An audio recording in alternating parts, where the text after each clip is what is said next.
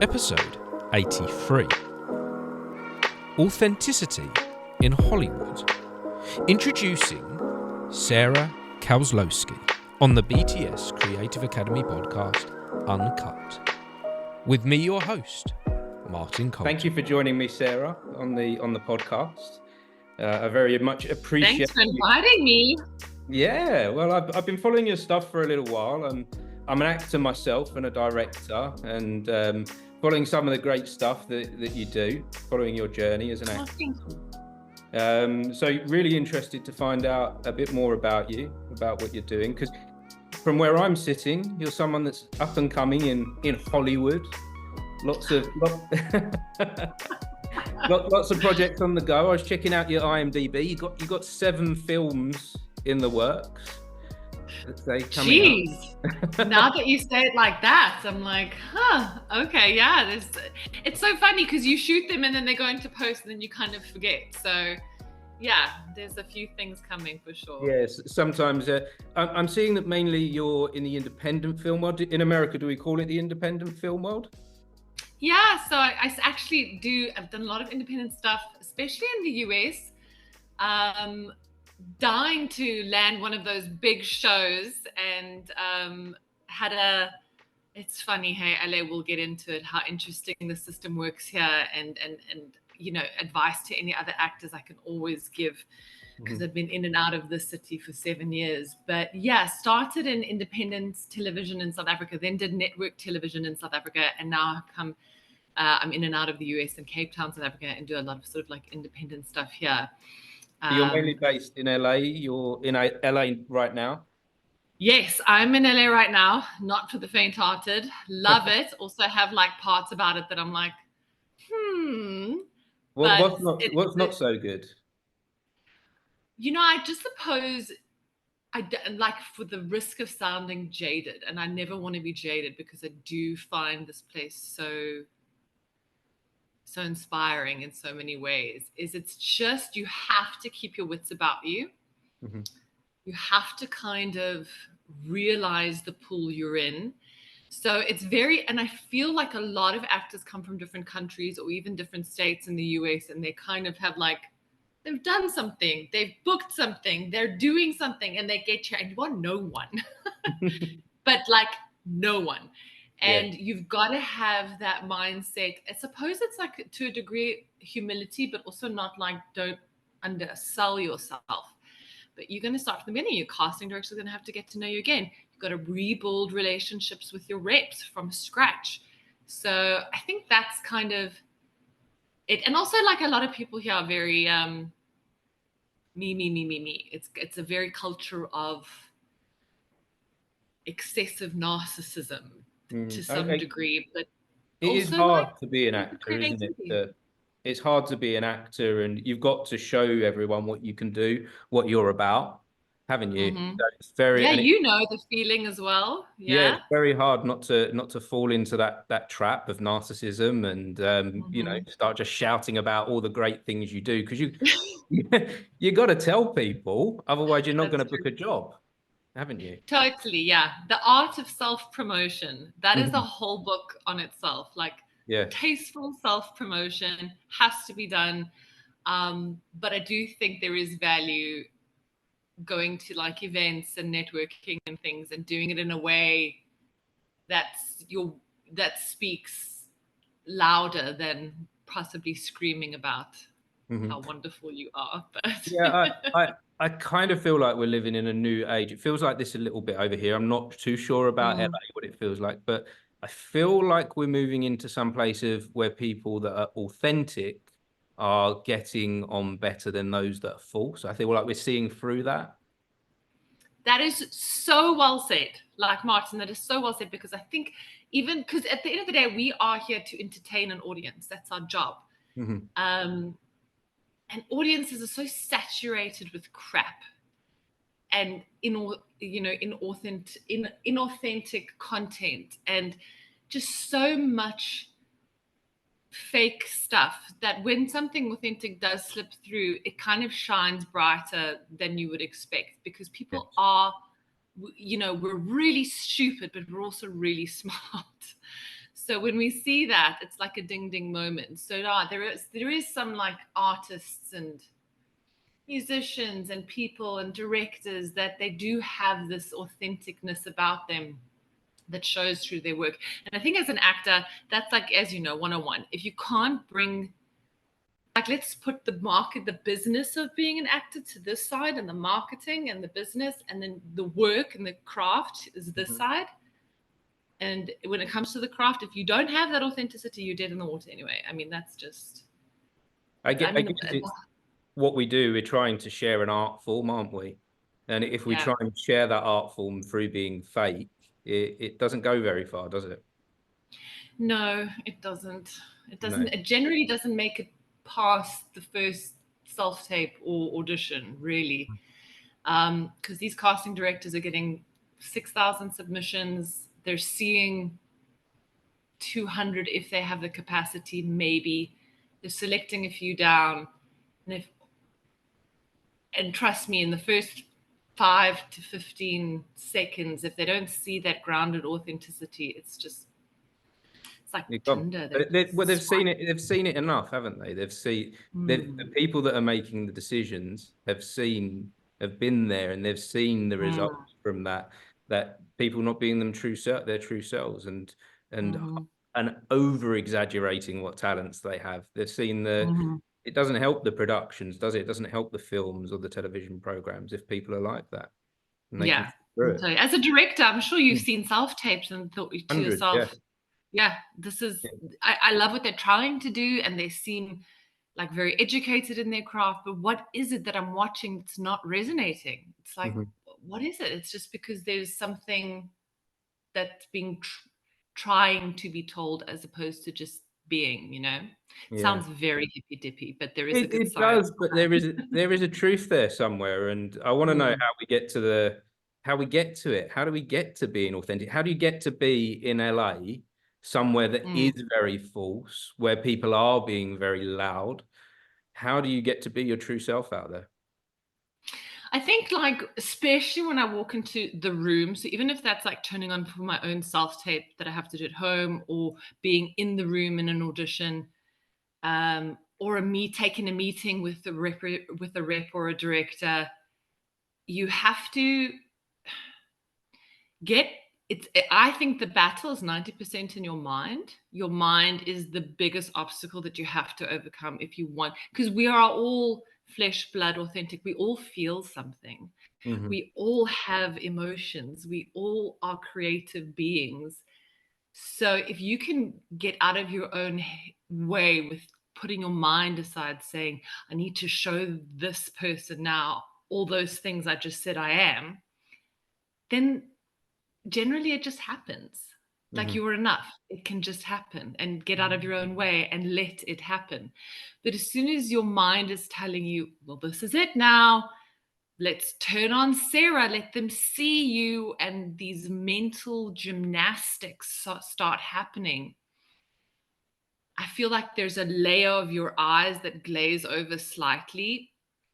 So what you're saying kind of you think is authentic, but there's some layer of like over your eyes that's not, because your mind is moving. Hey? Almost like a mask that you're trying to put on. Like a mask. Oh yeah, no, absolutely. And as an actor, I mean, I look at my stuff from when I first started out, and I think you have to be critical, but not overly critical, but be smart. And I mean, you may look at your very first film and go, oh Lord. Yes. But you have to realize that, there is growth and there is understanding, and it's, you may have something there that's talent or just presence or whatnot, but eventually it's about training the mind and training everything, so that by the time because it is, for me, I think you've got a very small window to bring it, and sometimes those nerves and things will shut you down, but just that's the training. The more you get, the practice you do, the time you get there, the nerves and the mind disappear and you can just do your thing. So a lot of actors are like, I don't need to train. I just come in, I'm just so natural and I just do my thing. Maybe you are. Maybe you're just brilliant from the get-go. But trust me, when you walk into a callback with a whole like network panel sitting there and they don't even look at you and they're just like firing questions and you're getting redirects, if you don't have the training to bring it, I don't care how great you think you are in your living room with your self-tape. You might be amazing, but you're going to crash and burn because that's hard. Yeah, and what's interesting is you're talking about also growing as a person, not just as an actor, not just as a performer. You have to learn to grow as a person. You have to learn to develop that self-talk in the correct way. We have to. That's a good way to say self-talk. Yeah, we have to develop that self-talk, and we have to develop that place where we're when we're in the moment, that we can do the right thing and be ourselves. So do you also find that being, so you're from South Africa, right? Born and raised in South Africa? Born and raised, yeah. So do you feel like you're in the right place to drive your career forward? Yes. So my journey started as I kind of fell into acting back home. I was actually very corporate and sort of entrepreneurial and very sort of not in the arts. And I got like a case of burnout around 26, 27, and it really knocked me for a six. And what was you doing? I was launching a anti-fraud credit card technology switch for fraud. Okay. And so I was in a bit of like, I was in the tech space and I was in the medical device space and I was in the VC space, and it was all very, I just really wanted to be really rich.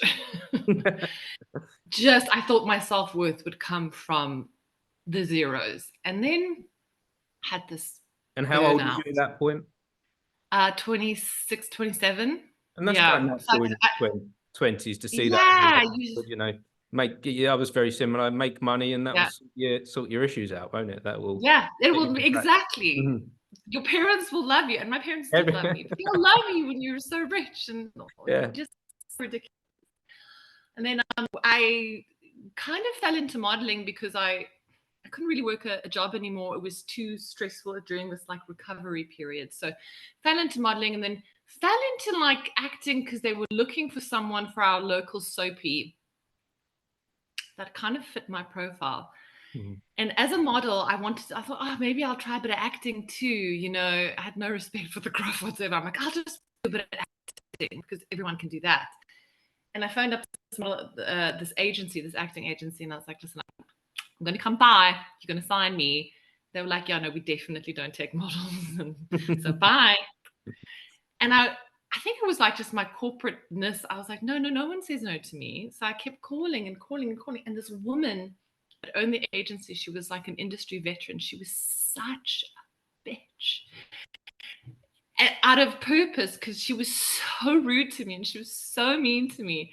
And eventually she said, I just wanted to see how you would react to this kind of like pushback where I was telling you that you are absolutely never going to be an actor. You're a dumb model.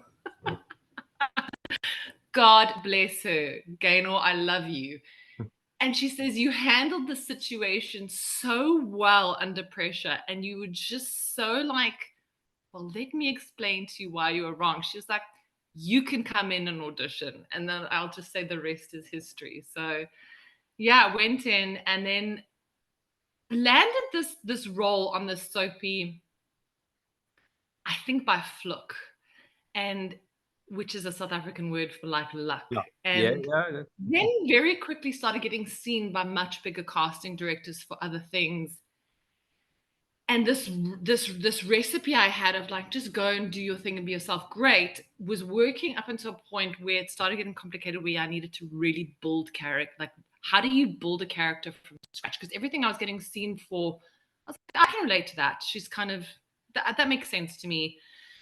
But when it was like, I never forget, there was this one role for like some big film that was shooting in South Africa because they shoot a lot of stuff. And she was just like this really dark, evil, powerful super confident woman. And I was like, I'd really tanked that audition. And I remember the casting director was like, maybe you should do some classes. Because to find her, I was just like, I don't know how to find that person. And now through years of practice, you can learn how to find someone that you can't mentally even resonate to recognize with. So yeah, and so the journey began. So it sounds to me like you had an initial bit of success. You was on this upward roller coaster, and then all of a sudden you had this big failure, and it was a bit of a setback, or was it a restart? Totally. And funny, that's when I got on a plane to Los Angeles, because I was like, you know, I'm going to go train around people, some great acting teachers in South Africa, but I was like, I'm going to go train around people in Hollywood. And I did that, and I came here and I trained, and I worked with some great people, and it was so weird. It was like so many pennies were dropping. And then I went back home because I was here a couple of years, worked at home quite a bit, then came back, just like for a project will pull back and forth, and you kind of just like go with the waves of it all. And now I'm back here again, permanently for now. And yeah, so it's funny. And at this juncture of coming back and forth, I'm just at a stage where I've got great people behind me, some great reps behind me. And, you know, it takes years to build these relationships. Yeah. And now I think that's the one nice thing about getting older, I suppose. And don't let anybody tell you too old for this. That's crap. I mean, I met this amazing British actor. What's his name? At the end of this, I'll tell you his name. And he only started, he was a school teacher, and he only started when he was like 55. Yeah, I've always thought that's the beauty of acting and performing, that it can travel with you throughout your entire life. And at points you might find you want to put it down for a minute, but then you can pick it back up. There are parts and stories to be told for every age of life, isn't there? So there isn't a point where you have to stop through age for sure. So what does that mean? You said you're at the place in your life where you've got good people behind you right now. What's that like? How does that feel? Yeah, and I think just telling the stories illustrate everything. And so I got to LA as no one. You know, had a bit of credits behind me. On your own? No real. Hey? On your own? Yeah, I was on my own, and to find good reps is hard because, you know, they get so many submissions. And so I was lucky. I found someone who was like, no, I'm going to help you get a good rep. And I got signed to a great agency here who has a great reputation, but they took me on.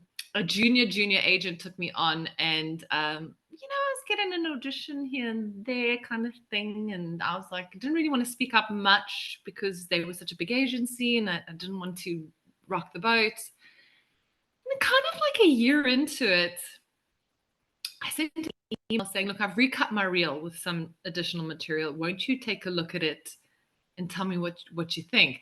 This was the first time this woman actually had watched my reel. She's like, oh, I really like your reel, and I think this scene should go first. And then all of a sudden, more auditions started coming, and I was like, okay, we're moving somewhere. And then so sorry, what do you take from that? What do you take from that? That you held back, you were being nice and quiet, and you were trying to be appreciative of the situation. You know, you were lucky, so you didn't want to speak up. But when you did, it all changed. So what do you take? You're so right. I think you have to listen to your gut. I think timing is everything. And I think if I had done that prior, ironically, the reel that I had prior wasn't to that agency's level.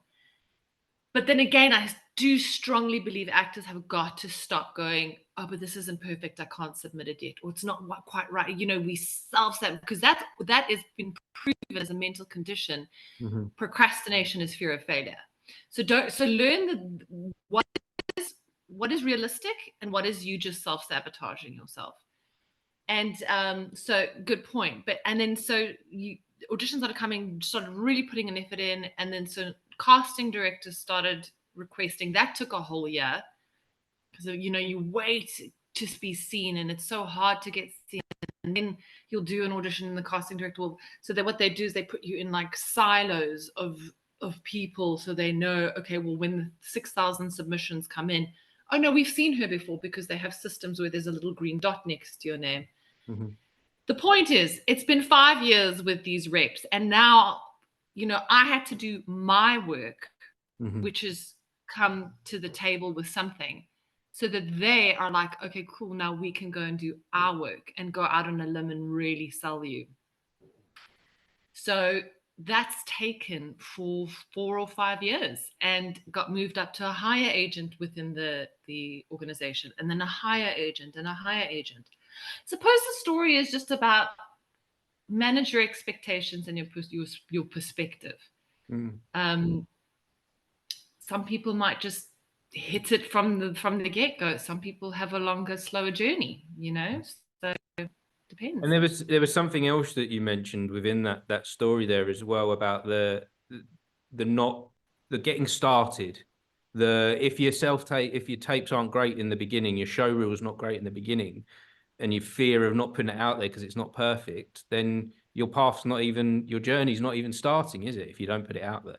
Absolutely. And now there's no excuse anymore, because you can shoot a show reel with so many reputable companies. It's not going to cost you a lot. You can do a scene. It's going to look good enough to sort of showcase you, as opposed to you standing in front of a flat white wall doing a monologue. And I strongly advise actors, don't let a monologue speak for you. People want to see your reaction and your listening skills with another actor. They want to see engagement. They want to see that. So that's why I'm kind of adverse to just being like, well, I shot a monologue in my bedroom, please sign me. Mm-hmm. But there's no excuse. There is so many ways. My first show reel I shot in the garage, and it looked great because it was like a really nice brick wall, and we lit it nice. But it cost me nothing, because I got a mate with some lights and a camera, and we did some stuff. And that was definitely good enough to start, just get out there. And the first people I signed with in the States, just before this particular agent, they were very, very low level agents as well. They were also starting out. But it's a start, exactly like you say. Mm-hmm. So absolutely, you are self-sabotaging yourself if you don't get out there. The moment you say, I'm an actor, you're an actor. But you better be doing something about it. Otherwise, you're actually lying. So even if it's just the learning and going to classes, if there is electricity, someone's paying for the lights in that classroom for you to get up there and perform, you're acting. Doesn't matter if it's in a class. So now you're an actor because you did it. So now you can call yourself an actor. Just because you haven't booked a role doesn't mean anything. So no, the power of your own words that come out of your mouth, you'd be so surprised. So surprised. Self-hypnosis, basically, of if you can't even call yourself an actor, how on earth do you expect an agent to sign you? Because you can't even, to your own friends, you can't even say, well, I'm an actor. Yeah. So no, I had that problem for a long time, because I got to this place of, you'd go to a barbecue or a party and meet new people, and they'd say, oh, what do you do? And you'd go, oh, I'm an actor. And they go, oh, so what have you been in? And I'll be like, oh, well, I was in this short movie, and they all of a sudden lose complete interest in you.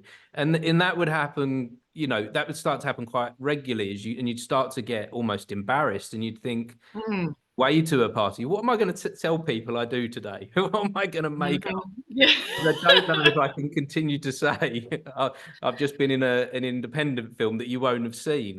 So that's quite difficult, isn't it, to get past that?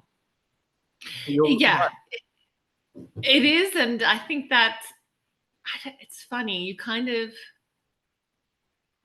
You learn that when you say something, it's almost like, I'll give you an example. I stopped drinking 9 years ago because I just drank way too much.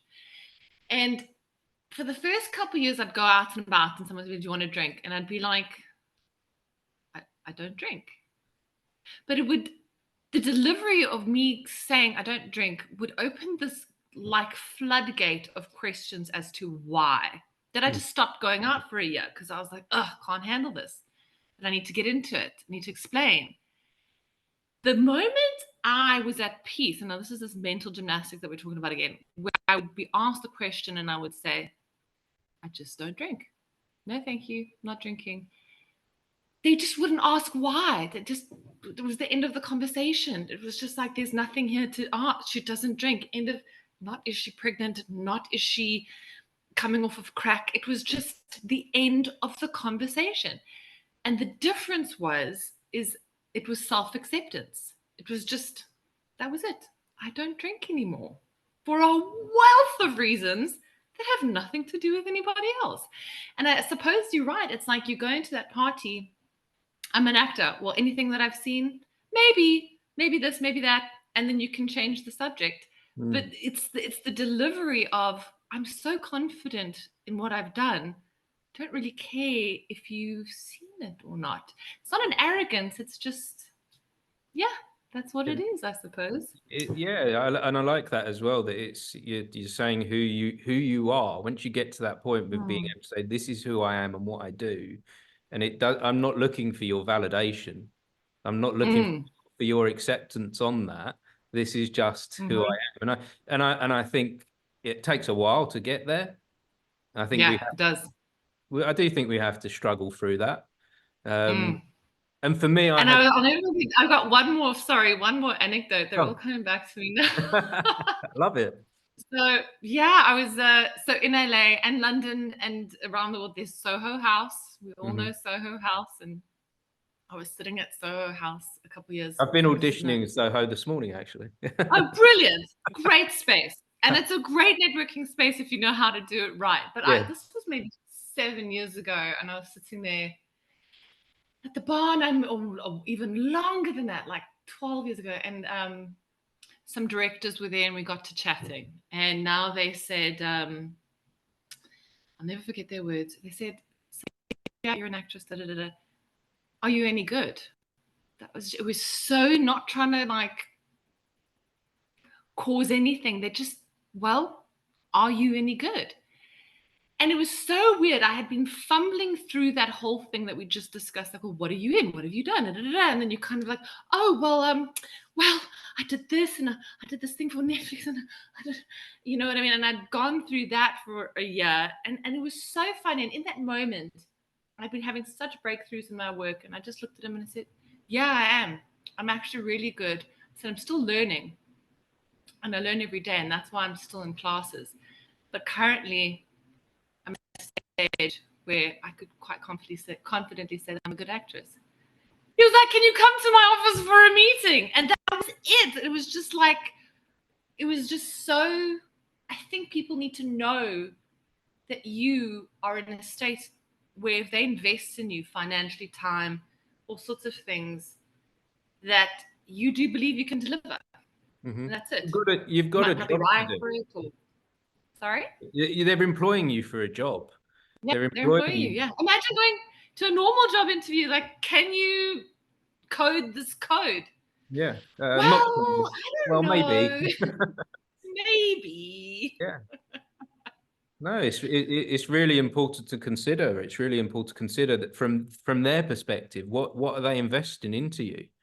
What is it? You know, they've got hopes and dreams for what the project that they're creating, film, theatre. They're going to be creating something, and it's probably going to be a business as well. Yeah. And if they put that time and energy into choosing you, then they need to know: are you good? Are you? What do you think makes a good actor? If you look at I love directors' perspectives. You know, when you look at like 100 tapes for something, what is it that when you see something? Because it's sometimes very hard to verbalize. So what do you feel like when you see something, you go, okay, that's interesting to me? I'm going to go back to that authenticity. When someone is genuinely giving a performance, they're genuinely offering their best version of themselves. Even if they stumble and fall, that can also sometimes be wonderful to see. You know, not the perfectly polished, shined audition can sometimes work really nicely. And someone that's just genuinely interested in being part of the production as well. So someone genuinely interested rather than rather than just trying to be a star or a celebrity. They genuinely want to be part of the art. That's often what I look for. And so I think that's true. I've just got a notification. This Zoom's coming towards the end of our meeting. Jeez, time flies. It does, doesn't it? And it has been really nice talking to you. So I didn't want to not touch on a few subjects as well, because you're also a producer. So how do you tie in being an actor and a producer? How does that work? It's such a great question. I feel like because I came from that corporate background of sort of like, business effectively, and over all these years of being on set so much as talent, it was this like really natural progression, because producing is just the business of acting. And because I know how it all hangs together, it was such a nice fit. And I just thought, I really want to do this. I really want to try this and put myself out there. And it's been really, really successful. But I feel like as actors, I think the takeaway from that probably is there's no shame, or it will add to your craft if you explore some of these other disciplines within our industry. It'll add to it, if anything. It'll add to it. Absolutely. Absolutely. I'll never forget, I was actually an EP on something that I was starring in many years back. And this is like that self-sabotage. I was so nervous to tell the other actors that I was also like an executive producer, which is such crap, because so many actors are producers on their work. It just means they care about it and they believe in it. And this was like, of course you can act and produce and write and direct and do all these things, because that's what 90% of Hollywood is doing. So for many years I was like, then they'll start seeing me as a producer, not as an actor, and then they'll start seeing me as this and not as an actor. But that's then going back to that thing about worrying what other people think. Correct. Looking for their validation on what it is you're trying to achieve. Absolutely. And exactly. When you stop caring, it all falls into place. When you stop caring, it all falls into place. It really does, doesn't it? It all starts to when you stop trying too hard as well. I went for a long period of time where I was, I wanted it. I desperately wanted it. But that desperation was doing damage to what it is I was trying to achieve and trying to offer. Absolutely. And as an actor, desperation on camera is the most obvious emotion. It is, you cannot hide it. When you start going into a room to audition for the sake of having 15 minutes to create and not to book the job because you can't pay your rent, everything changes, because desperation has like a scent to it that you can smell through the screen, and they might love you and your performance, but they're like, what is that thing that we can't put our finger on? And it's that desperation. And my last bit of advice to any actor out there starting out is, it's not an overnight thing. Even these big stars, it's not overnight. Find a way to support yourself in a healthy way for the times when you are not working. Because if you get desperate, then exactly like you say, you're going to be wasting a lot of time and energy, and you're just not going to be getting results, and you're going to do your head in, because you won't understand why. Why is it not working?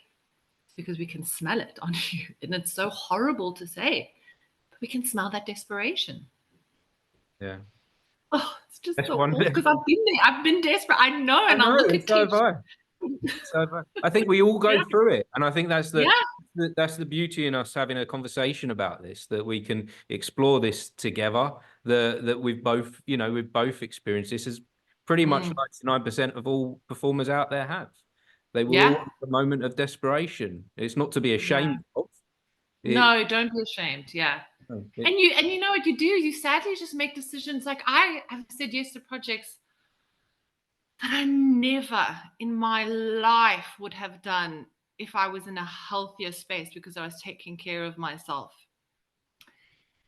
And now, because I've got a a support system and I'm in a healthy environment and I've learned so much from being around for so long, it's so easy to just say, no, I can't do this because, it might be the right thing, or it's a story you don't want to be a part of for so many reasons because it doesn't sit right with you for whatever reason.